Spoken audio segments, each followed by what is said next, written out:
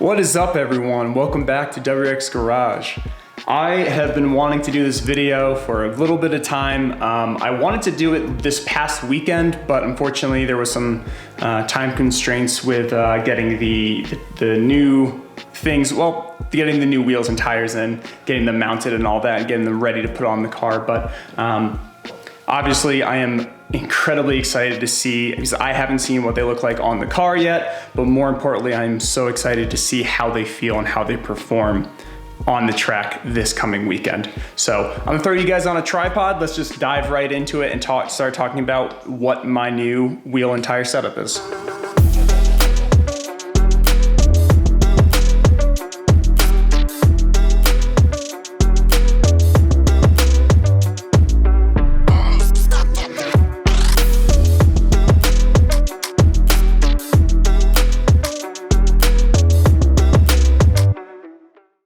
So these are my new dedicated track wheels and tires. These are the Konig Ampliform wheels. They are 18 by 9.5 plus 35. So they're actually the same fitment as my current wheels, but their overall geometry and their rear mounting face, the concavity of these spokes here, the overall design is actually a lot different. We'll have to see how they actually fit on the car. The sidewall on these tires are super vertical, even though they're both 265 35s. And what I'll do is I'm gonna do a side-by-side comparison a little bit once I pull the other wheels off. I'll put these side by side, and I actually have a scale here to measure. But let's start talking about some of the reasons why I chose this setup. So again, these are the Konig Ampliforms, and the tires I chose specifically for the track are the Ventus RS4s by Hankook. Now, the Ventus RS4s are 265 35s. They are going to be set up really well for what I want to do with the car on track. Again, these are dedicated just for the track. I might use them to get to the track instead of having to bring two whole sets of wheels and tires. But if I end up dedicating this car just to the track and buying another daily driver, these are probably gonna stay on there. But for now, the reason I chose these wheels, let's start with that. Konig has really made a name for themselves in the industry for making affordable, lightweight, strong wheels. They are in that rotary forged category, similar to my NKs. But what I really like about the Konigs is they really offer a ton of clearance with the brakes, which is actually going to help a little bit with cooling. But they also come with a bunch of different offsets, a bunch of different widths. Again, the current wheels I have, the NKs that I've been using at the track, and these wheels are both the exact same specs. So they should push out to the edge of the wheel, or the edge of the fender about the same. Tires are gonna look a little different. But overall, I chose these Konigs because I like how they look. I know that they're actually on the more affordable side, but they also are pretty proven from what I've talked about with some of the other guys that go to the track, some of the performance shops I've been to. A lot of people run Konigs, and they do last a really long time, and they do stand up. They take the beating on track. So originally my plan was to go a more expensive route.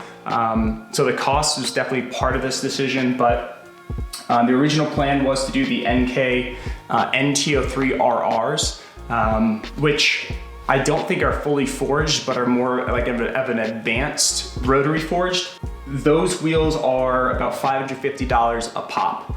So regardless of what kind of wheel you're running, if it's fully forged, if it's rotary forged, there's always a chance of bending a wheel or snapping a rim or something like that on track. If you hit a curb hard enough, if you go off track, there's always that chance. So with that in mind, I decided if that does happen, I do bend a wheel. And usually if you do bend a wheel, it's only one. It's not gonna happen to all of them. If I have to replace it, I'd rather replace it, have the ability to replace it really quickly and easily and affordably. So those are the reasons why I went with these wheels. I think they're 19 0.4 pounds per wheel, which is going to be quite a few pounds of savings compared to my NKs, which is awesome. So I'm really excited about that aspect of it. And now let's talk about these tires. So these are super meaty tires.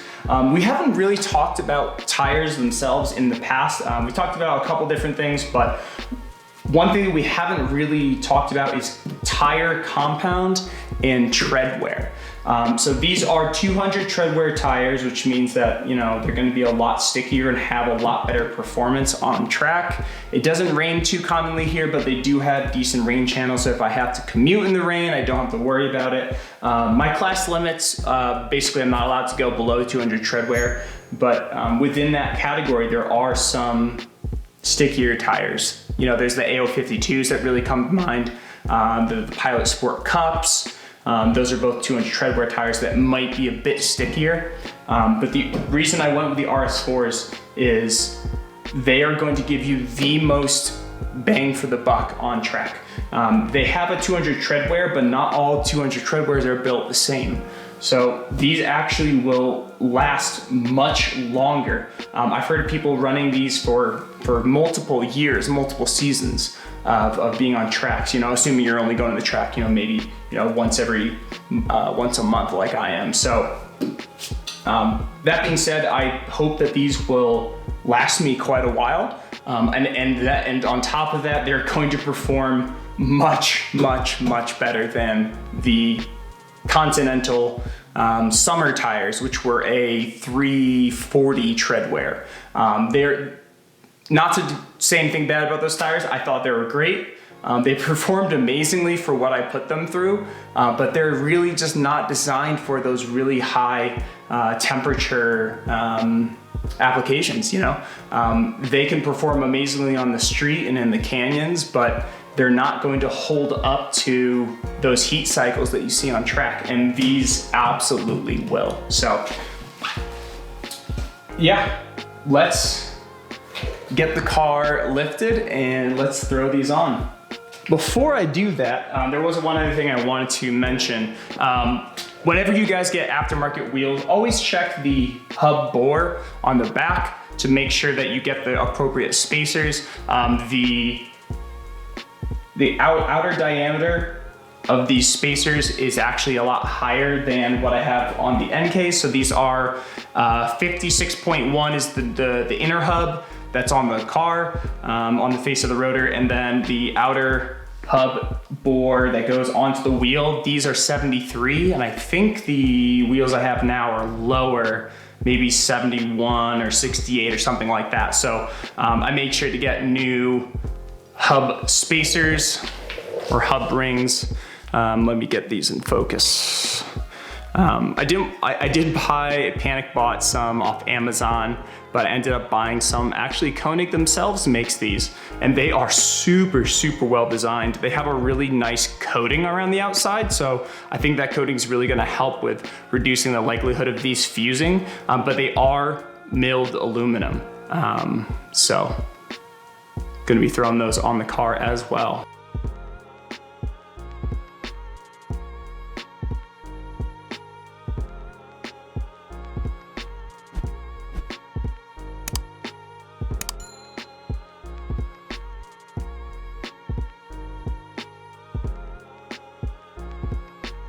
Those look so sick.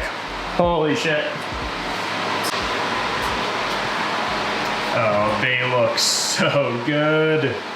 All right, let me get the rear one on, and then I'm gonna pull the car out and show you guys the fitment once this is lowered.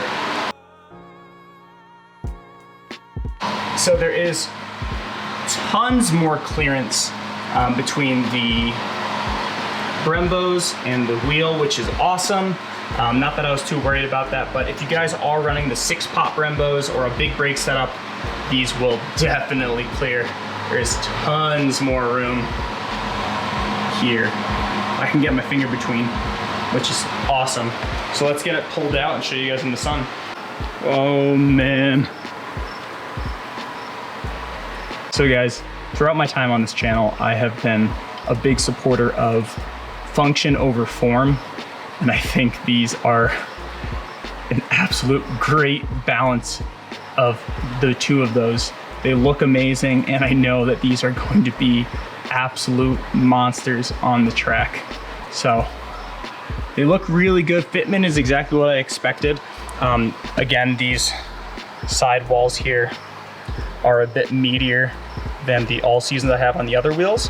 They're a bit wider, so they're gonna tuck into that fender view a little closer. I shouldn't be too worried, I'm not too concerned about rubbing. These do have the fronts and rears rolled. Oh, those look so, so good.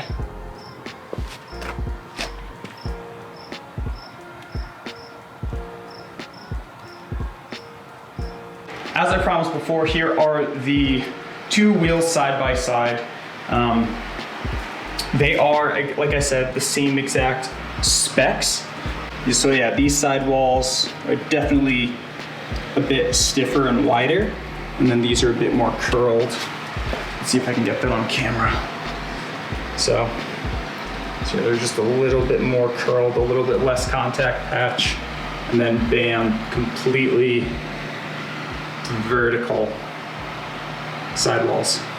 So one thing I did forget to mention before is that these are dark metallic graphite. There is quite a bit of flake to them. I hope the camera's picking that up because they look real sparkly in person. They look really, really good. These are NKTS10s, if you guys haven't seen that or heard about that before. They are just the matte black ones. They have a little bit of gloss to them, but they are a little dirty.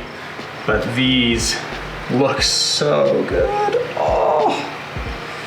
So it is very warm today, guys. That's why I do have a fan going in the background. But I did want to shout out Fitment Industries. We are part of the Fitment Industries street team, which is kind of like their ambassador program, which is awesome. If you guys click the link down below for the next time you order tires or wheels through them, we get a little bit of a kickback. So again, if you guys want to help support the channel, all you got to do is put WX Garage as the referral code when you guys check out from Fitment Industries. The other cool thing about them is that they did offer me expedited shipping, which is amazing. I was able to get these in time for the track weekend, which I would have been, running terrible summer tires that are completely bald if I didn't have these guys come through, which is awesome. Other cool thing is they did ceramic coat the car. Those wheels and tires, that set does have TPMS sensors. And then also they threw in this, which is a Fitment Industries is it's their house brand, but it's made by G-Technique. It's their ceramic spray that I can actually refresh the ceramic coating that I got from them on those wheels. So awesome. It was completely free, it just came with the kit. So huge shout out to them. Again, make sure you guys go check their website out. All the links will be down in the description. So I do have a scale here, and now that I have 3 sets of tires, I got the OEMs with the winters. These are 8.5 width, 18 by 8.5. I have the Konigs and I have the NKs. All of them with different tires. All of them, well, these two are the same size. So I did weigh them on the scale here. Actually really surprising results. So the full winters, these again are smaller wheels. They're 18 by 8.5 plus 55. They're the OEM cast wheels. So they're smaller and they weigh 48.4 pounds. And I don't know how accurate this scale is, to be honest, but the Konigs come in just at 48 pounds for the entire wheel and tire setup. And what surprised me is actually these NKs are actually a little bit lighter. So I think they were around 43, 44 pounds, so a little bit lighter. But honestly, I think that is not because of the wheel. This wheel is definitely lighter. So the difference in weight between these two is definitely from this big, meaty tire. These all seasons are made for more of like efficiency. They're more designed for efficiency. So these are going to be lighter tires. But look how thick these tread blocks are in comparison.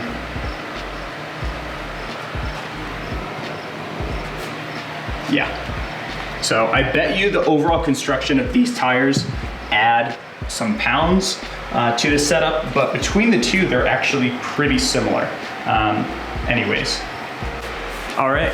That's all I have for you guys today. I do have some other updates with the car that I'm gonna run through probably the beginning of the next track video. I did make some changes here and there under the hood to the cooling system. So I replaced all of the coolant and all of the accessory lines with silicone from Mishimoto. I did replace the coolant breather fitting, which was leaking. I was having a lot of issues. And since I did both of those things, I've been driving the car in the heat, getting up the temperature for sure, and everything is bone dry. I haven't seen a single leak, which is awesome. But I'll talk to you guys about that probably another time. But thank you guys so much for watching. Can't wait for this next track day. I am so excited because I've been actually doing this course, the road course. It's a High Plains Raceway on a sim on Assetto Corsa.